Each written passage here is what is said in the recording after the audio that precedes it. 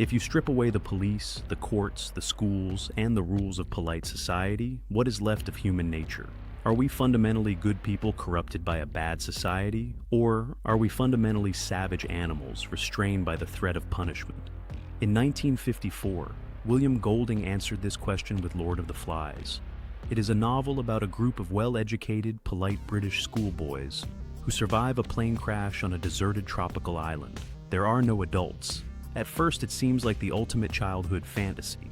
But without the heavy hand of civilization to keep them in check, the boys rapidly descend into a terrifying, bloodthirsty tribalism.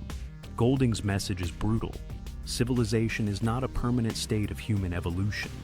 It is a thin, fragile layer of ice over a deep ocean of chaos. The conflict of the novel is driven by two competing forces, represented by the characters Ralph and Jack. Ralph represents order, democracy, and reason. He uses a conch shell to call meetings, establishes rules, and insists that their primary goal must be keeping a signal fire burning so they can be rescued. Jack represents primal instinct, violence, and the desire for power. Jack doesn't care about the fire.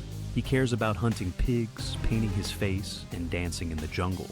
Initially, the boys vote for Ralph, but as the fear of the unknown grows, Jack's appeal skyrockets.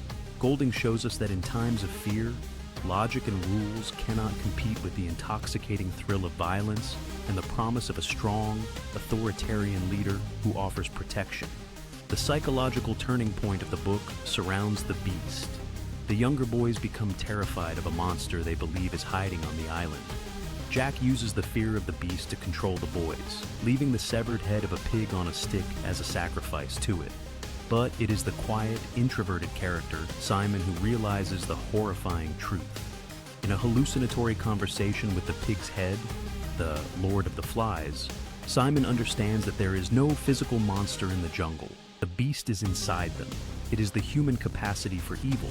They are hunting a phantom while slowly becoming the very monsters they are afraid of. When Simon runs down the mountain to tell the boys the truth, they are whipped into a tribal frenzy and murder him with their bare hands in the dark. The ending of Lord of the Flies is often misunderstood as a happy rescue.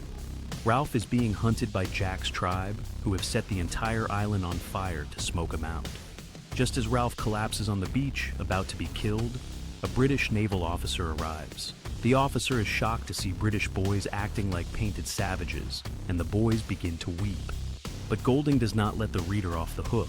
The officer who rescues them from their violent island war turns his back to look at his massive, heavily armed warship floating in the ocean. The adults are fighting a global nuclear war. The boys' descent into savagery on the island is just a microcosm of what the adults are doing on a planetary scale. The boys were rescued from the island, but who is going to rescue humanity from itself?